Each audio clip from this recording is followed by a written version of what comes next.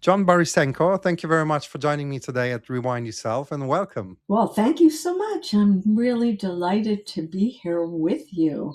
You have interviewed quite a number of wonderful people, and I feel really privileged to be added to that group.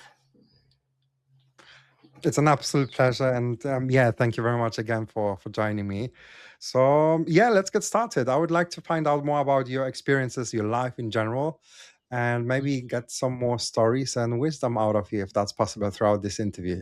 All right. Okay, well, let's get started then. If we rewind your life, not to the highlight reel, but to the moment that actually made you, where would we land today? Well, I think we would land in Brookline, Massachusetts, a suburb of Boston, when I was 10 years old and just entering the 5th grade. And I developed a really serious mental illness. It was obsessive compulsive disorder, but it was psychotic as well. And what had happened was that I started to have repetitive thoughts about headhunters breaking into our home and killing my family. And then I developed a number of really ritual behaviors to stop that from happening. And those ritual behaviors were everything from the typical hand washing to things like, reading.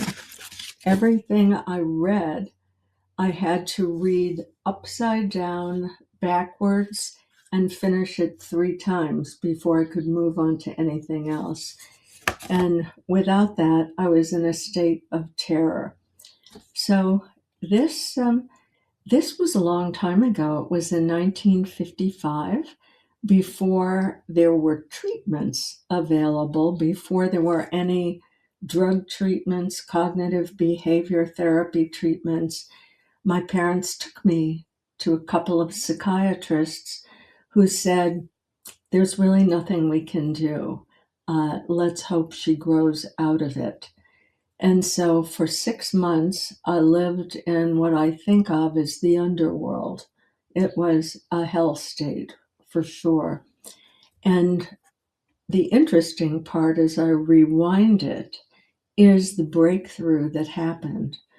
One day I was sitting alone in my bedroom. I had to skip school quite often, when all your reading is upside down and your math problems have to be erased 3 times. And then there was the day I was hallucinating that I'd been hit by headhunters in the hall, and I went to the nurse with an arm that was red and blown up.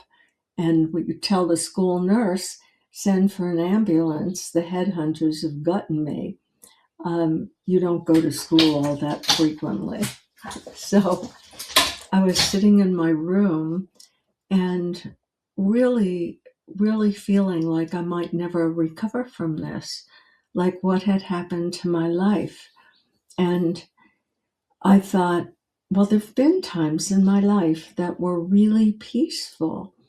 And so I went back to one of those times, which was at a girls' camp. And I brought back sitting in the pine grove on a Friday night. There were Sabbath services.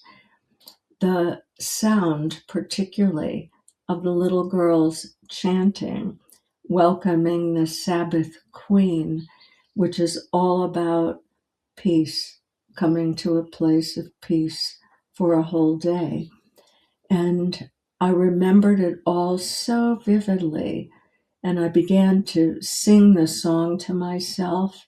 And pretty quickly, I had an experience of, I suppose you would call it, cosmic consciousness.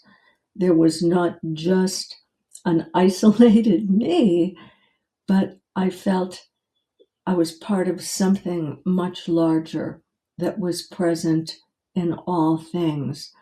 And I had no fear.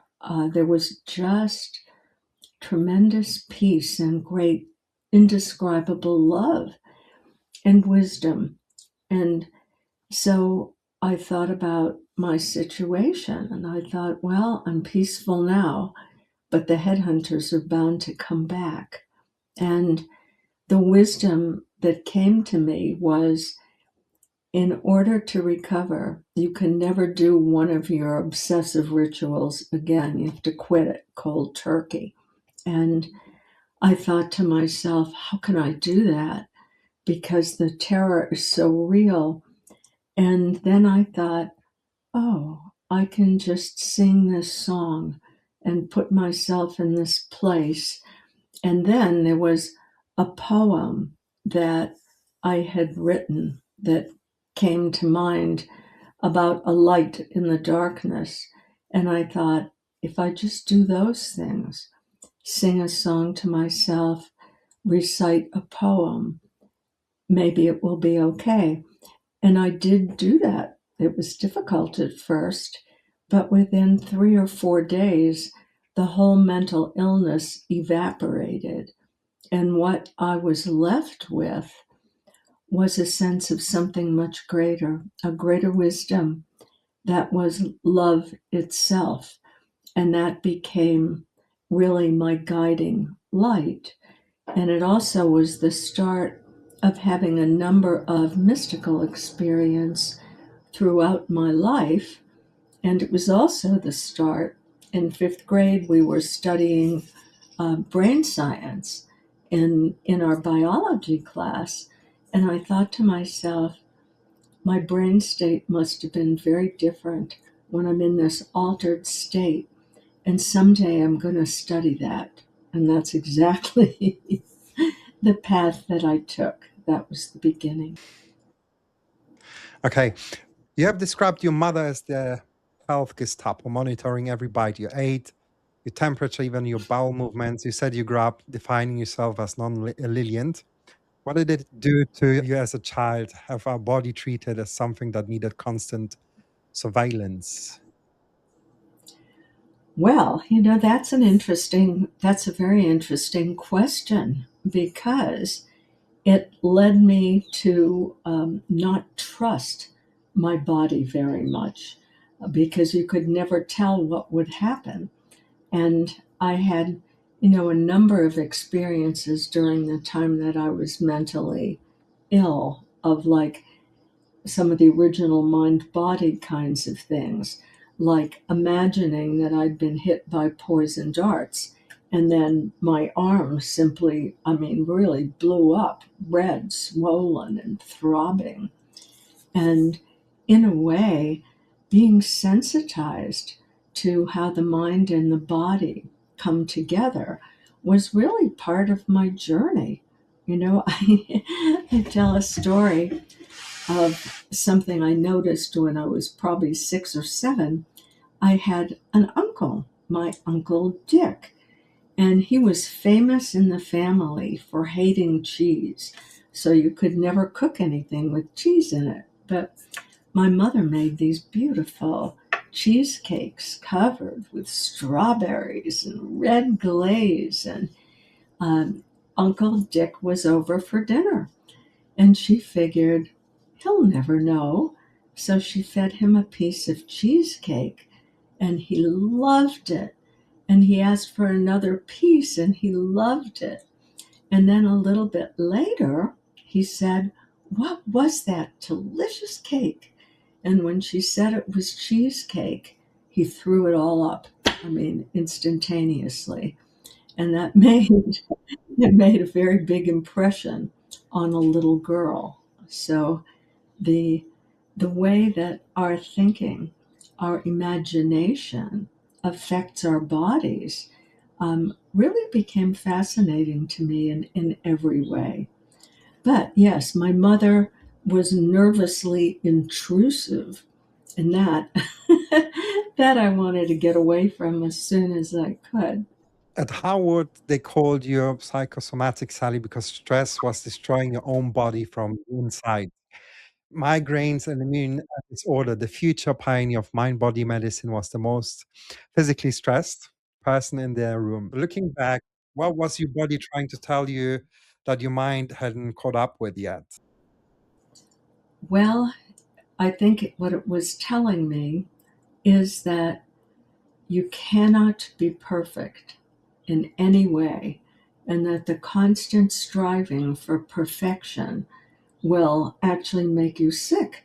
Because what happened, I went to Bryn Mawr College as an undergraduate, and then was accepted at Harvard Medical School in a program that 50 years later is still active. And they accept about 35 students from around the world to train as medical scientists. So, investigative medical science. So I was in that program, and it had been, highly competitive to get in the first place. And then there you were, there I was, and you take most of the courses of the first 2 years of medical school, and then at the same time you're starting your laboratory research. So I was really nervous in that Harvard class of 150. There were 2 women, and then a couple of us graduate students, and it was very competitive, to say the least. And, I did fine, but my body paid the price. I think a lot of people have imposter syndrome, and they think, oh my God, what am I doing here? I'm not that good. And for me, it showed up as really terrible migraines.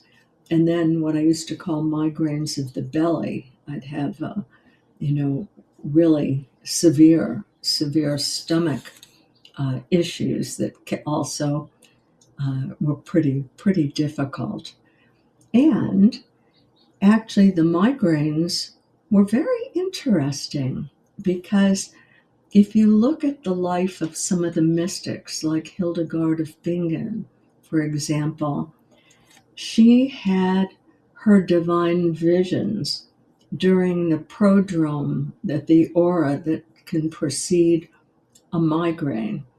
And if you think of it in terms of neuroscience, what's happening is some of the mechanisms of the brain that filter out a larger reality more than you need to be practical and do the things that you need to do to live your daily life, more of that comes through, and mystical experiences can appear.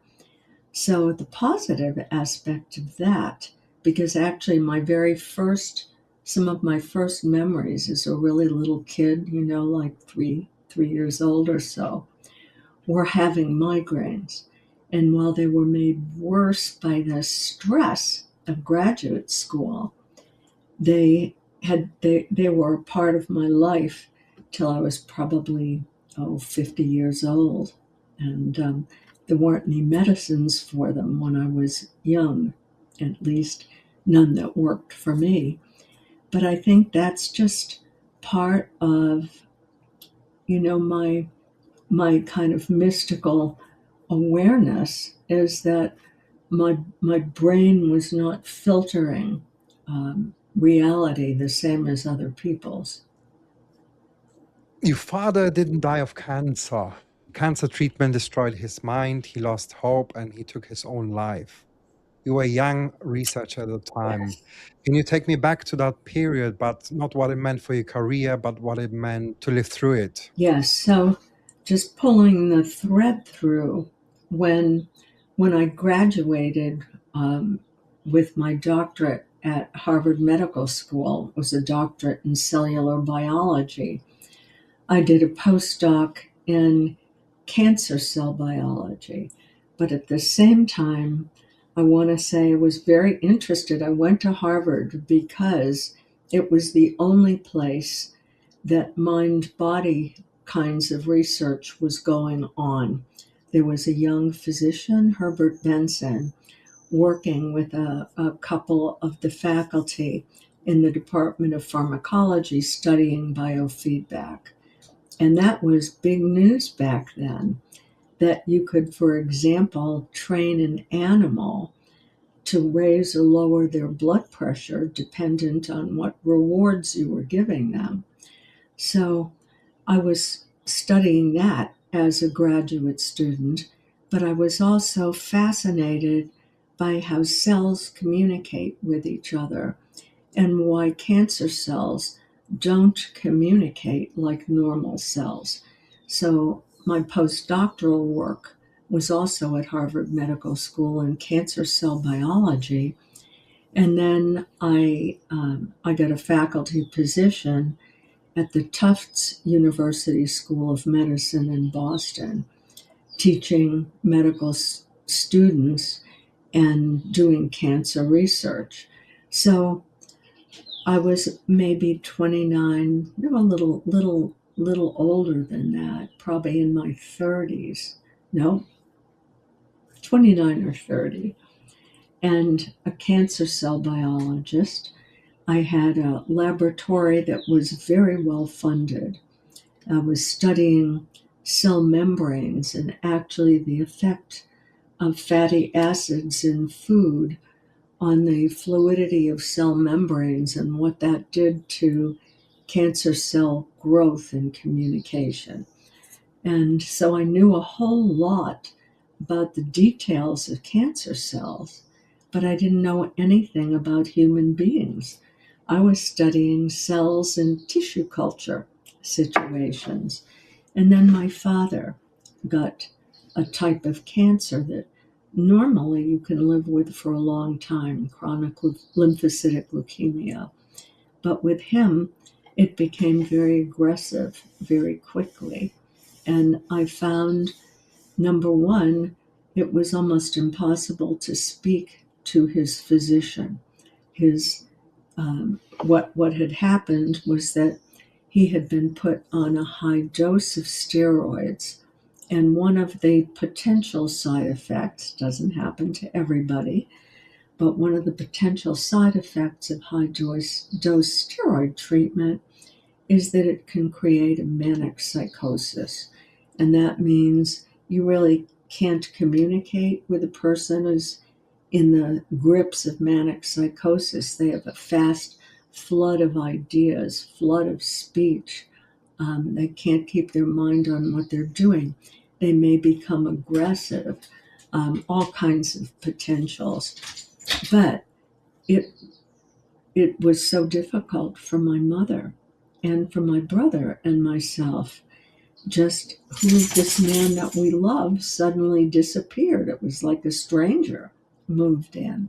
And for all that I knew so much about the molecules in the cell membrane of cancer cells and what we might do to change their communication, I didn't know anything about communicating with a person who had cancer, with a doctor, with families. And what happened eventually is that my father had to have a surgery. So they took him off the steroids about a year after he was put on them. And very rapidly he came back into his right mind. And it was amazing. I think back to that time, and it was like somebody you love had been in a shipwreck and you'd have thought them dead. And then a year later, they float in on a life raft. That's what it felt like to get him back. But as soon as he got into his right mind, a couple of weeks after he was out of the hospital for the operation, he waited until the middle of the night, and they were living in a high-rise apartment. And when my mother was asleep, he moved a chair to the window and he jumped to his death. And that to me was unbelievably difficult. Pardon me. I had, I felt like I was the only one in the family with a medical background. And somehow I had missed this even as a possibility. And I realized, yeah, you know about cells, but you don't know about the human heart, about the human psyche, about how people cope with difficult situations, what resilience is. And so I thought to myself, this is a field that doesn't exist yet. Now it is a field. It's called consultation liaison psychiatry, where there are trained professionals who act as a liaison in a hospital when there are mental health effects from a chronic or acute illness. But then serendipity took over, or synchronicity, because I thought, I need to get out of the laboratory and I need to learn to work with people. And I thought, if I could help even one family have a better outcome than our family, it would give meaning to my life, and it would give meaning to my father's death. And so I was considering how I might go about doing this. And I called Herbert Benson, the physician that I had originally worked with, because he had started to publish papers on meditation and the effects on the nervous system of meditation, which he called the relaxation response, which is the opposite of the body's fear or flight or fight response.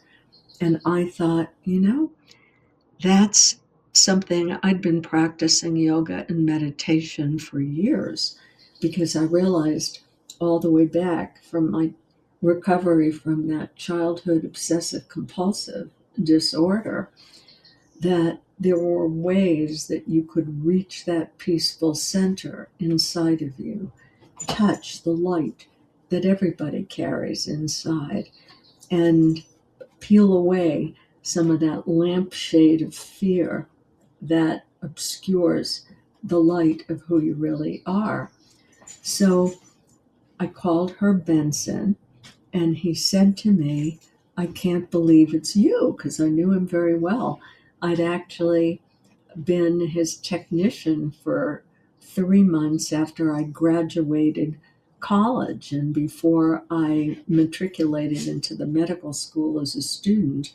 I ran those biofeedback experiments, and we'd stayed in touch for much of my graduate years.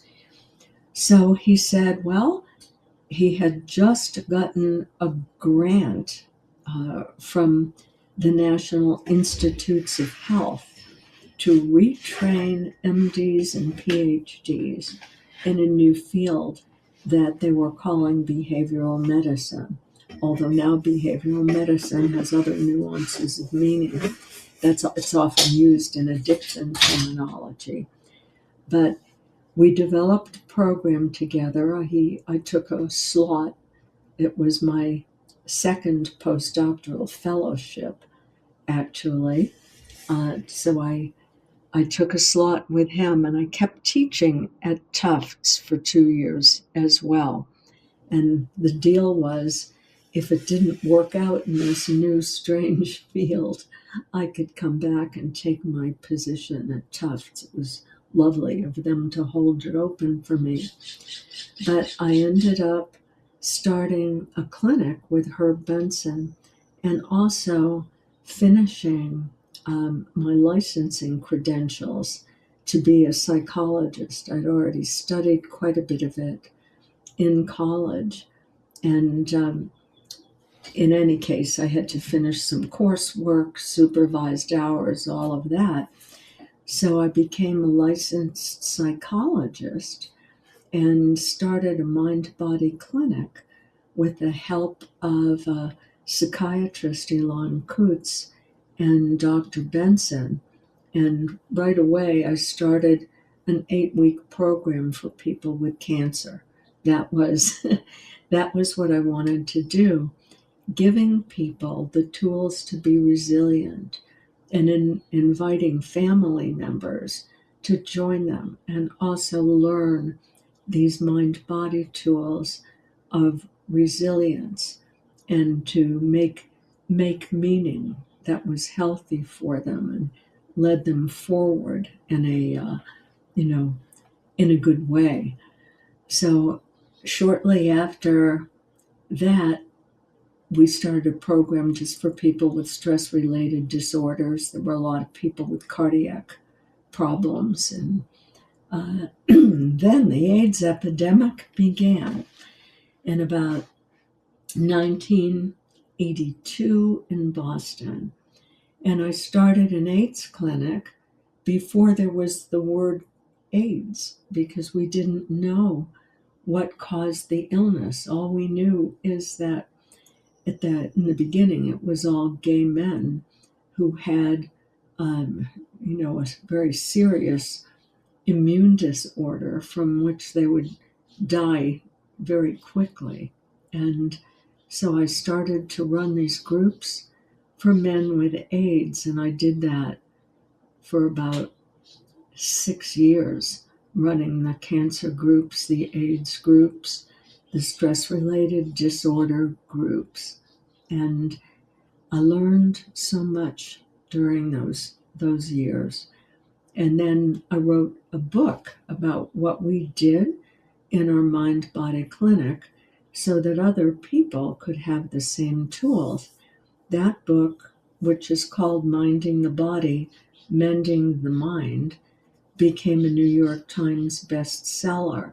And then I started to get speaking invitations, and I did a lot of speaking at hospitals. I wanted to train physicians, nurses, social workers, anybody that anybody in the medical field that yes, Western medicine is important.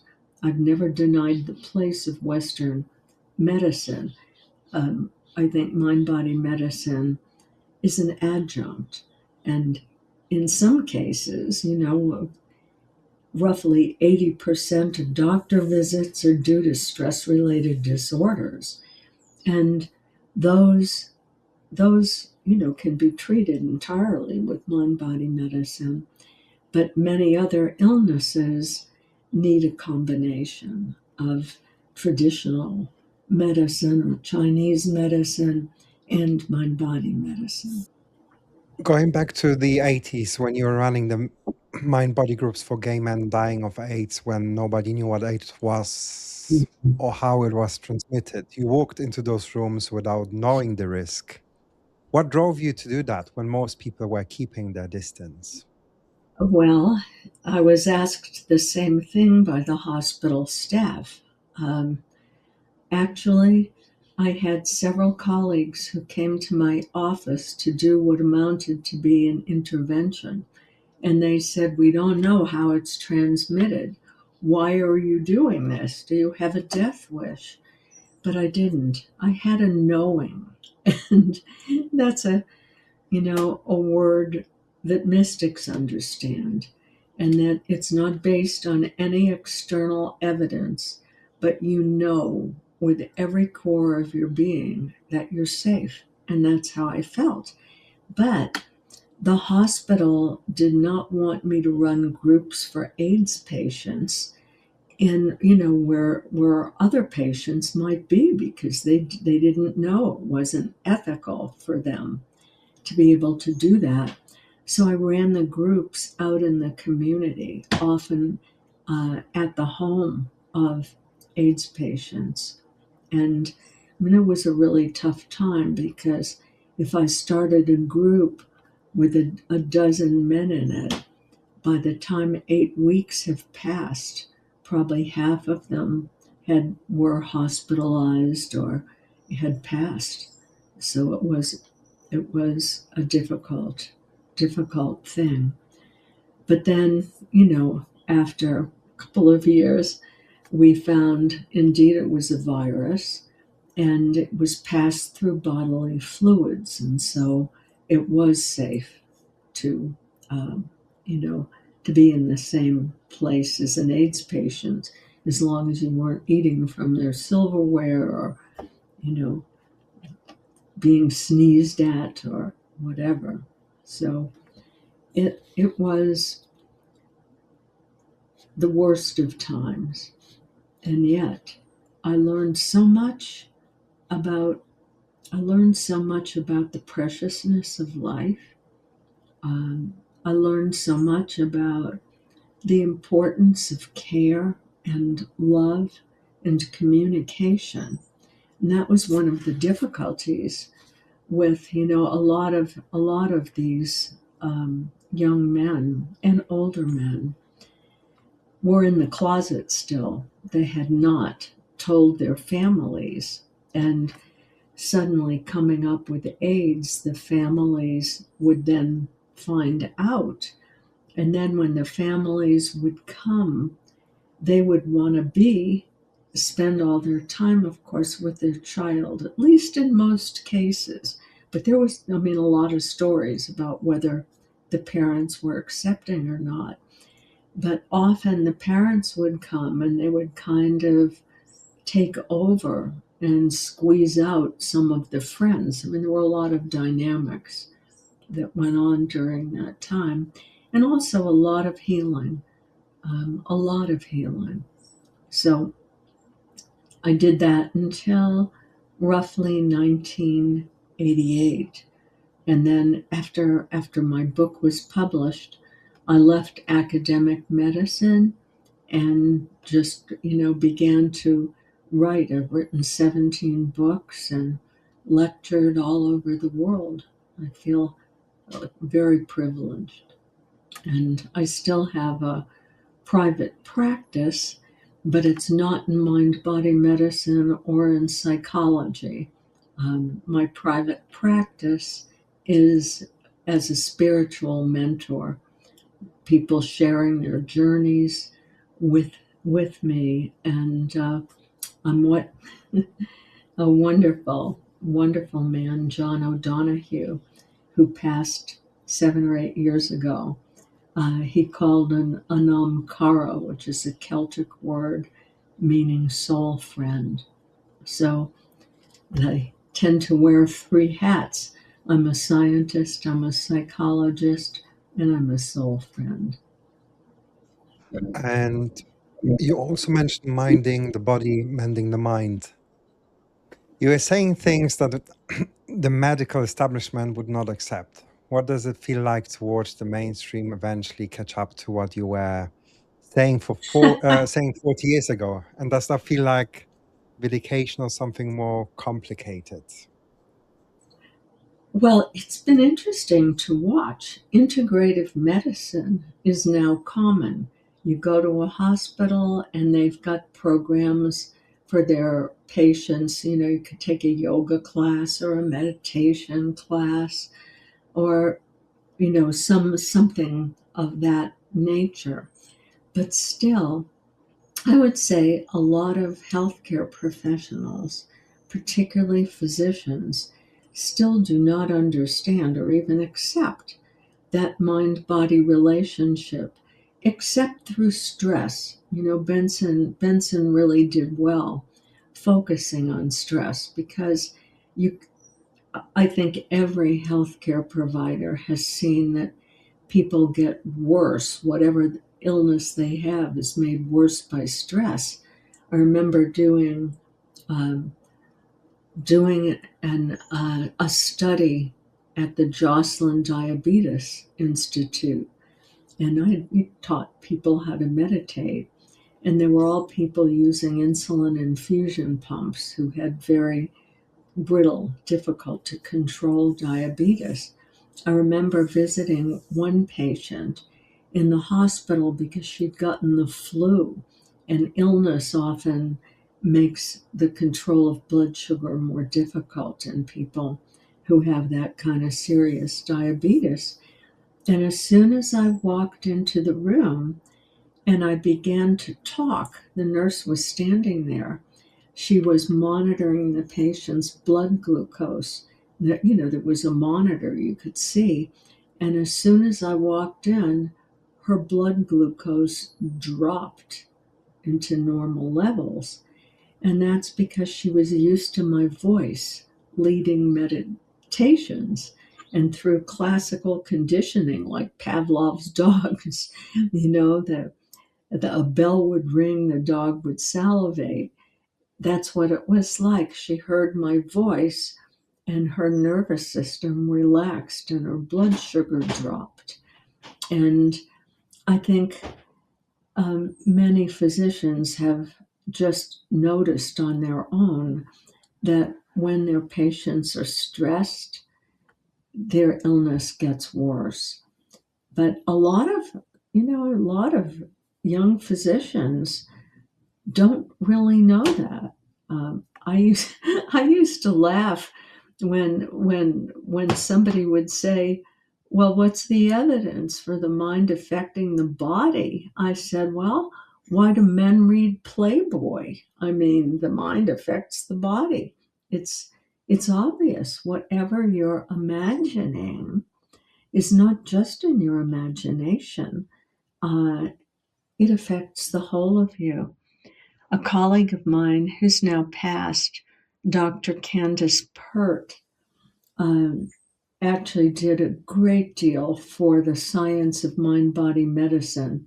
She and her husband, Michael Ruff, published a very fine and definitive article looking at the neuropeptides throughout the body that create the effects of body and mind. And with every emotion, you're releasing specific neuropeptides that bind to cells and change the function of cells. So Candace said, there is no mind and body.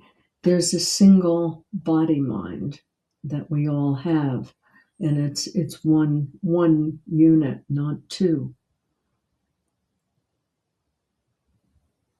So little by little, it's being accepted at hospitals, but still not taught that much in medical schools. I mean, it is here and there, but it doesn't get taught, and it's still not really appreciated.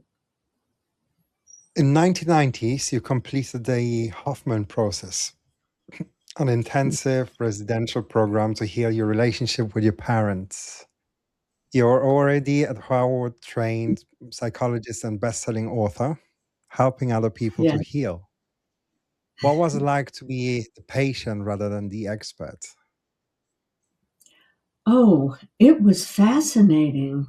The Hoffman process used to take place over 8 weekends, and around the time I took it, it had been condensed into a week-long program, and it was a chance to really look in depth at your relationship with your parents and to, through, I don't want to give away things I shouldn't talk about in the process, but it was very beautifully done and led.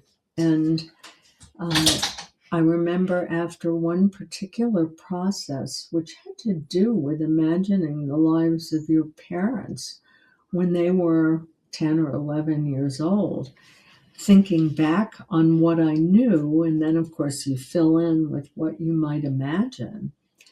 Suddenly you have a perspective. Oh, they're people too. They had a history. They had parents. I could see how belief systems come down through the lineage from grandparents to parents to children. And suddenly I realized, oh my goodness, I'm being completely unfair to these people. I have not had compassion for them. And it was truly stunning how, pretty much to a person, every one of the 19 or 20 people that was the cohort, that of the group where I took the Hoffman process, the blossoming of compassion first for your parents, for your whole lineage. Then you realize, oh my goodness, there's a kind of tagline in the Hoffman process: everybody's guilty, but no one's to blame. And just that trauma and belief system passes down through the generations. And then is the sense of having compassion for that whole lineage. And of course, it ends with having compassion for yourself. And they do quite a bit of work with the inner critic, because for all the work that I had done, I have to tell you that my own inner critic was alive and well. And, my mother was installed that inner critic because she wanted to criticize the things in me that she thought weren't good enough so that other people would like me better. Out of love came her criticism, but boy, it took a root in me. And that started, it didn't end the reign of the inner critic, but the Hoffman process really started the healing from that, which has gone on for a long time, because nobody is perfect. We all make mistakes. We all have regrets. And it's so important in this lifetime to learn from those mistakes and also to be able to forgive yourself and kind of integrate all of that into a life that feels whole, the dark and the light. So that Hoffman process was wonderful, and it's still going on. I want to ask you something about something that happened at the end of your mother's life. When your mother died, you and your son both saw the room fill with light. He said that grandma's last gift, she's holding open the door to eternity. You had one of those most difficult relationships with your mother in your childhood. How did you get from there to that moment? Well, it was quite remarkable. My mother, first of all, let me rewind to the last day of her life. She was taken, for a scan to the nuclear medicine because she'd had an internal bleed, and we knew she was going to die soon. And she was gone from her room all day, and the family is like, where is she? Where is she? And I had my white coat on. I worked at that hospital. And so they said, Joanie, go find her. Where is she? Maybe she died. Nobody even told us. So I went down to the basement of the hospital where the nuclear scans were. There she was on a gurney alone, because they'd had a very busy day and they hadn't gotten to her. And it was it was the end of the day, the end of the shift. And I had a few words with the doctor, and my mother had a few words. She was pretty funny. And she was like white as a sheet because she was bleeding out internally. And the doctor came over. I said, look, why is she still here? And he said, well, we need a diagnosis for that bleed. And my mother was outraged. She managed to lift herself up on an elbow, and with her outrage, the remaining blood came to her face. And she looked at him and she said, why didn't you ask me? And he's like, what do you mean? Why didn't? And she said, I could have given you the diagnosis. She said, I'm dying. How's that for a diagnosis? And he, he was chastened. And it was the end of the shift. And he just said, okay, you can go back to your room. So my mother said, great, wheel me back to my room. And he said, no, you can't take your mother back. Only an orderly can take her back. And my mother, who was truly funny, yells, Joanie, steal the body. And I went running to the elevator with my mother's gurney. And we were in the basement, and her room was on the 7th floor. We get into that elevator, and she knows her time is limited. And she looks at me and she said, I imagine that you think I never loved you. And I said, well, that had crossed my mind. And she said, I only criticized you because I thought it would make you more lovable to other people if I pointed out some of the ways that you weren't doing things right. And she said, I made a big mistake. Could you forgive me? And oh boy, just was an instantaneous flood of forgiveness. The Hoffman process is all about forgiveness, but this was even bigger. And I looked at her and I said, well, I've been a dutiful daughter, but I have not been loving toward you. Can you forgive me? And so, of course, she said, yes. And then, the doors open. We're on the 7th floor, and we've had this powerful experience of forgiveness in 7 floors. And, we had our conversation deepened as I wheeled her back to her room. I said to her, I'd like to exchange a soul quality with you.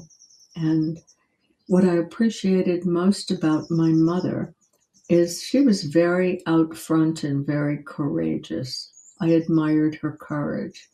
And I said, I'd like your courage. And I said, what quality of mine would you like? And this just floored me.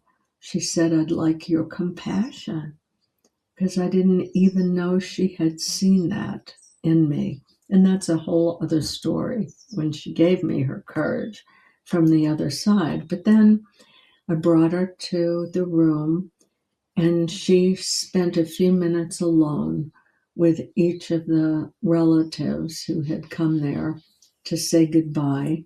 And then the real deathbed vigil started. And my older son, Justin, who was 20 at that time, and my older brother and I kept that vigil. And at around, we'd take turns. Some of us would go sit in the sunroom, some would sit with my mother. So Justin and I were sitting on either side of my mother's bed. And it was about 3 a.m. And she was, obviously on the way out. And I had an experience, just in brief. I simply felt like I was being tugged out of my body and into a reality that was much realer than this one. This reality that we're in felt like a dream. And I felt like suddenly I was in a place that was much realer than real. And I was having a vision. And in the vision, I was a pregnant mother, and I was also the baby within the mother. There was just one consciousness in 2 bodies. And I was still able to witness what was going on in my mind. And I laughed at that point, and I said, that one consciousness, whatever you call it, God or source or universe or whatever your language may be. I said it is one consciousness in everybody. And I thought, God is a case of multiple personality disorder, having all these experiences. And then in the vision, the baby was being born, and my whole consciousness went into that child being born. And as I came as the child, I came out into the light. And it was, as you've heard maybe in near-death experiences, an astounding experience of unlimited love and mercy, that the light was a being, really literally a being of light. That being knew everything about me, every thought that I had ever had, every mistake I had ever made, every decision, everything. And it was all, there was nothing there but mercy and love. And it was, these mystical experiences can't be described in words. There just aren't words for them. But just numinous. The light was extraordinary. And I realized that light is, for lack of a better word, like a cheerleader for your own growth and evolution into a more loving version of yourself as a human being that spreads love to others. And so here I am, I'm having this experience, and then the being of light starts to show me vignettes. There might have been 7 or 8 of them, and they were all scenes from my life with my mother. It was a life review, but I saw from both her point and mine, they were conflictual experiences, but in the presence of the light, I saw how both of us had learned something, that they were such important experiences in the evolution of the souls of both of us. And then that was almost like, a movie reel. When it was over, it was over. The experience was done. And then I simply opened my eyes, and the room was indeed filled with light. And I thought about my high school chemistry teacher who'd knocked on the desk and said, "That seems solid, but there's more space in there than there are atoms. Everything is made of light." And that's just a truth at the physical quantum level of things. Everything is made of light. But I could see both light and form. And my mother had passed at that time. In fact, the last thing that happened as that reel of life review ended was I had the deep realization that my mother had birthed me into this life, and that I had just birthed her soul back to that other realm, and that she was gone. And so she was indeed gone when I opened my eyes. And then I look across now the body of my mother, and there's my son Justin, and he has a halo, because that's how it looks. If you see both light and form, I think all people would probably have a halo.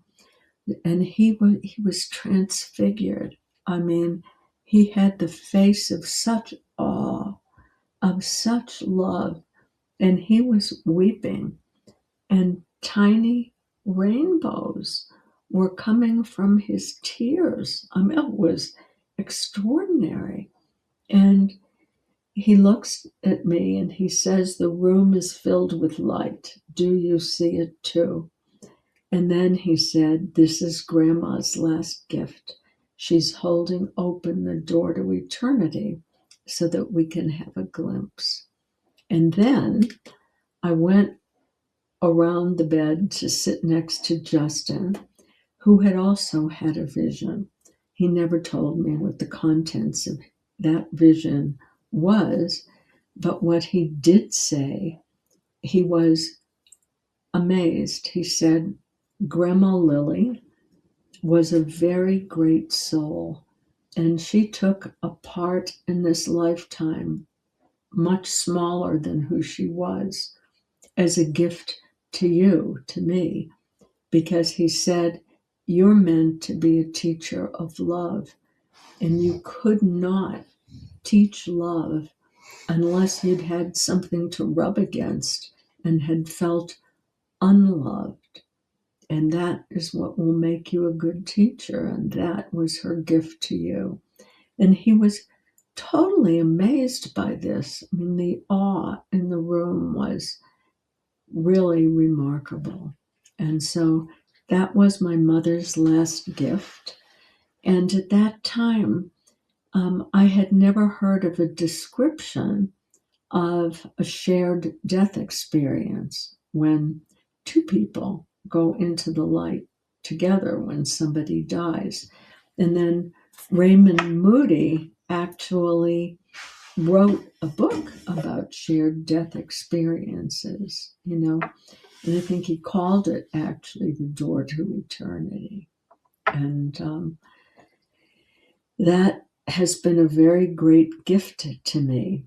And with things as they are in the world, and just with the normality of aging, where the people that you love get sick, you lose function, you start to realize this is temporary, this embodiment. It has given me, just a great deal of comfort, because as much as we're identified with these bodies, I know that there is something much more than that, that there's a mystery, and the mystery is love itself. So that's been very helpful. So I like to be able to hold the paradox. I'm a very practical, grounded person. I like people to have tools of resilience. I like them to be able to integrate their life experience. And I'm also a mystic. For me, that love is very real. That's a wonderful description of that experience. Thank you for all the details. And okay, I've got, I think, two more questions. These are more directed to our audiences. So the first one would be: Rewind Yourself is watched mostly by young people, many of whom are anxious, overwhelmed, or trying to figure out how to live. I mean, that's the reality. The world is not getting easier. If the 10-year-old you, the one who healed herself with nothing but poem and mystical experience, could speak directly to them, what would she say? I would say, first of all, you've got a really hard job to stay centered in this world where everything is changing and there's no solid ground to stand on. You don't know what's going to happen next. This is a really difficult time. And it's very important in a difficult time to have other people around you. My greatest fear for young people is isolation, like on their devices all the time, not having actual flesh and body friends, because the way that our nervous system evolved is that we co-regulate with other people, and we need each other. We need community to get through this time. It's too hard to get through this time alone. And so get out there, Find other people with your interests, join groups, create community, and do something in some way that helps other people, because the more you reach out to help other people, the more solid you feel inside yourself. And, often the anxiety and the depression that's really endemic in younger people is helped by just getting together and doing something helpful for others. And I know it's really hard. It's hard to find a job. It's hard to find meaning in this world. And that's why I love to share the story of my mother's passing, because for some people, it opens the door to thinking, well, maybe there is a higher meaning to all of this. And there it is. And I like to encourage people, do things, get out in nature, do things that calm your nervous system, find music that's calming and hum it to yourself. I like Hindu chants. I like Hebrew chants. I like Arabic chants that are heartful, and actually the vibration in your body of singing. Even it doesn't have to be some spiritual chant. It can just be a piece of music that you find calming and centering. Sing it, listen to it, and sing it. Do things that will center you and ground you. And also have a little fun with other people. Get up and dance. That's a wonderful message. And so, after all of this, the science, clinical work, the books, your father, your mother, the 8 words, the light in the room, what is the thing about consciousness or healing that you still cannot explain and are still genuinely curious about? You are a fantastic interviewer. I just have to say that. You know more about my life story and have asked questions in a sequence that let me kind of string things like pearls. And I love that. So the big Thank you. mystery that we're not going to solve, you are welcome. You're just great. So appreciate you. Um, the I think as you get older, kind of a normal thing to think about is what happens later. Is there something that survives? And of course, I do believe there's something that survives, but that's as far as it goes. And so, of course, the mystery still is, what are we doing here in the first place? How could it be? If you think about the chance that you were alive in a body at this time, just like thinking about the zillions of sperm that could have fertilized all the different eggs from your mother and father, just the fact that you exist, that you came from this particular sperm and egg at this particular moment of time in a planet that was exactly far enough from a sun and had all the conditions of life. The whole thing is miraculous to start with. And then, so I'm fascinated by the mystery, which I know I will never solve, but I can't help thinking about it anyhow. And I'm fascinated by creation stories of indigenous peoples and of all peoples. What are we doing here? I don't think we were created by chance. I do think there is that larger loving intelligence. And I think of the Hindu philosophy, which is like it's a play of consciousness. We don't know why some larger intelligence created us, but I like an old Talmudic um, way of thinking about it, that God creates human beings because God loves stories. And I am fascinated by all the different stories of human life, and that, different cards were dealt, what we make of them, um, what our journey is. It is all endlessly fascinating. So I too have that fascination. And that's a mystery. Wonderful message. Thank you. I've got one more final question. If your life had a message so far, what would it be?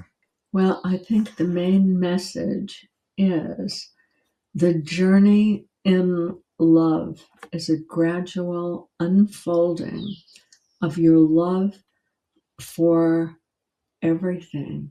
Your love for nature, your love for this planet, your love for the mystery, your love for other people, and the love for yourself.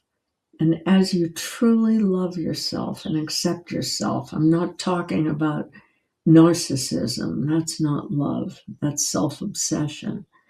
But to be tender toward yourself and tender toward others frees the light that is within you, that is itself infinitely creative, infinitely fascinating. And so that's it. And I think, I live in Santa Fe, New Mexico, and here we have many indigenous cultures. And one of the cultures we have is the Navajo. And there's a word in Navajo called Hojo, H-O, J-H-O, Hojo. And what it means is really harmony and beauty. It's very much like the Sufi ideal of love, harmony, and beauty. And that, I think, is how it's a recipe for how to live. Create beauty around yourself, even how you arrange, your rooms so that you feel harmony around you, and love whatever is before you. If you're making dinner, love the process of making dinner. And that creates a life of beauty. And I want to say this too, that as we create beauty within ourselves, it's contagious. It's contagious. Other people feel it. They want it too. And in that way, beauty and love can expand, and they can counter some of the fear and uncertainty of this time, of a world that's in the midst of remaking itself. And so that's what we need to do when people say, what can I do to help this world? Smile at other people. Spread a little spread a little humanity wherever you go. Make Hojo in your life beauty. Wonderful, John. Thank you very much for sharing all the wonderful stories, answering all my questions. This interview has been really absolute wonderful, and it's been a pleasure. Yeah, thank you very much. Well, thank you. I hope lots and lots of people profit from the love and the goodness and the ideas that you're sharing. You really are doing a wonderful service. Thank you so much.